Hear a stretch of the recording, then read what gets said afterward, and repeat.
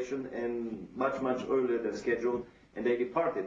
And in an interview at Buenos Aires on his way back, Admiral Byrd made the incredible statement that the Third World War would probably be with an adversary coming from the polar regions of our planet, an adversary that has the ability to fly unobstructed from pole to pole. He was referring to the Germans at their South Polar colony at Neuschwabenland that were operating their anti-gravity craft with impunity and could fly circles around the globe, and of course would shoot out of the sky any of the attacking American planes. The inner terrestrials surrounded the entrance gates with an electromagnetic protective dome, which no being or weapon can penetrate. After all this happened, it became the greatest secret of mankind. It started ufology as we know it today. Indeed, there is a second humanity, an inner terrestrial race who had already built cities in the inner earth before the sinking of Atlantis. These extra and inner terrestrial races built time gates and anchored these cities on a higher subatomic frequency. After the great purification, these time gates will fall, and at different places there will be once again access to the underground cities.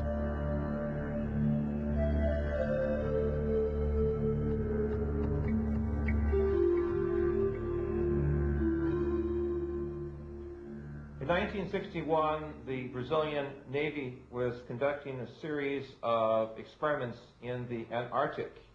According to one of my colleagues who was in one of the naval ships, suddenly out of the ice packs, a large spacecraft emerges and takes off vertically at a terrific speed, shocking both the American and the Brazilian naval forces that were there. So it is clear that as late as 1961, we have official documentation from the Brazilian Navy that there is some other, emphasize other, underline this 3 or 4 times, life force or intelligence stationed at the South Pole, possibly to observe the scientific developments on the planet, possibly to observe the military operations and the forces of the East and the West in some type of Mexican standoff as the Cold War develops. We have clear documentation from other sources and other South American governments that some technology that is not human-based is there. That is to say, some type of higher evolutionary experience is there, and this is the next chapter of our quest. Why are they here? What do they want from us? And do they, namely the higher or alien intelligence, have as were some type of directing mechanism both for the U.S. as well as for the Soviets as to who goes into space and who conducts, as it were, the next evolutionary round of space development? These are key questions that we must resolve. Also, gigantic cities of lights will descend out of their orbit to selected areas and will be anchored on the Earth. Right now, people who have reached a certain level of consciousness and are once again connected to the cosmic monad are drawn through their intuition to places chosen by the spiritual hierarchies in order to anchor the cities of light above these areas. These sites are absolutely secure. The Space Brothers and the spiritual hierarchies have created the so-called Islands of Light, where the Earth's frequency was increased so that all human beings and light workers can find each other on that level. Such areas are recognized by the fact that they attract an especially high number of people dealing with higher knowledge. These places have a higher grid anchorage. They are places of power, activated chakras, entrances to inner Earth, and a present UFO surveillance. The Space Brothers are going to pay special attention to these areas when the cataclysms begin, because that is where the seed for the new mankind will be found. That is where the first contacts will occur on a physical and telepathic level. Many small and large centers, shelters of peace, will be established by spiritual people who live together, who work on themselves and teach others. To the new mankind, these sites will be study centers and the new initiation centers for the universal brotherhood. These islands of light are recognized by the fact that they do not belong to a certain denomination or sect, but that they are open to every reality, and that they know that many roads lead home. The highest goal is to increasingly live our lives and love ourselves.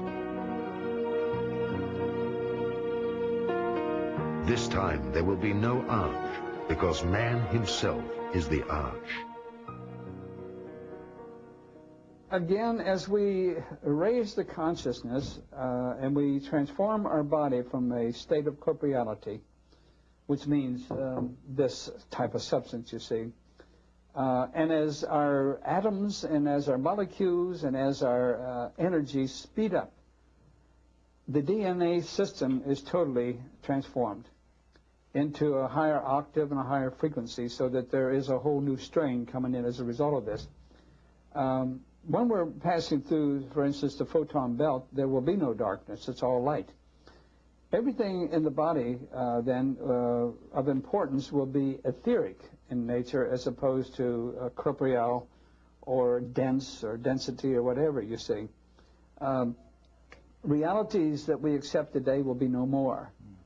And so as a result of that, the DNA system and everything which constructs humanness will be changed, because we will now reach for a light body and will be of the light as opposed to darkness and corporeality.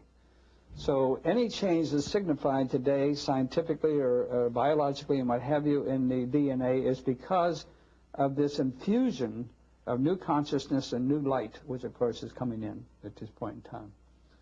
Many of us are, many people already are largely light, although they keep the body of corporeality to do what they have to do here on earth, you see. Many people are already in the fourth dimension. Some are aware and some are not. But that's where we all have to go. And, of course, by 2011, as we pointed out, all of us have the option and the privilege, if we choose to do so, of being in the fifth dimension. The photon belt is an intense field of photon radiation, light radiation, which, both according to several modern astronomers, astrologers, as well as Mayan tradition, emanates from the center of our galaxy, bisects the Pleiades star system and our star system at the same time.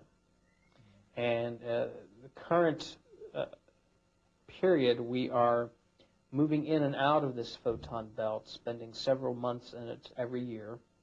That the frequency that we spend in the photon belt is increasing by approximately 2 weeks every year. And according to the calculations of the Mayan calendar, around the year 2011, 2012 AD, we will be fully within the photon belt, and we will remain within the photon belt until around 4000 AD, according to the current calculations. And some of the work of both Jose Arguelles, other researchers, seems to suggest that the Mayans knew about this cycle, that every so often, many thousand years, we go in and out of the photon belt, that there seem to have been cultural as well as different climactic and earth changes that perhaps were sort of stimulated or affected by the entering and going out of that photon belt in the past history of the earth. We are changing both DNA and RNA, many of us. Many stones, many vehicles here are changing our chakra systems also. There are no longer 7 chakras in most of us. We are opening up new chakra systems. You'll see much more about this in the next 5 or 10 years also. You'll begin to activate many more of them, and also your DNA and your RNA will not be replicating in the same fashions. The children who are being born who are conscious when they are born. And this will change also a lot. The Dark Ages. During the rule of a dark age of separation, all knowledge that is passed on and all instructions are tainted. Every religion, for instance, is a sect, a separation from the real divine inner truth of life. Religion is something that happens in God's holiest temple. Man himself in the depth of his heart and in communication with his divine inner self. Throughout the Dark Age, countless fallen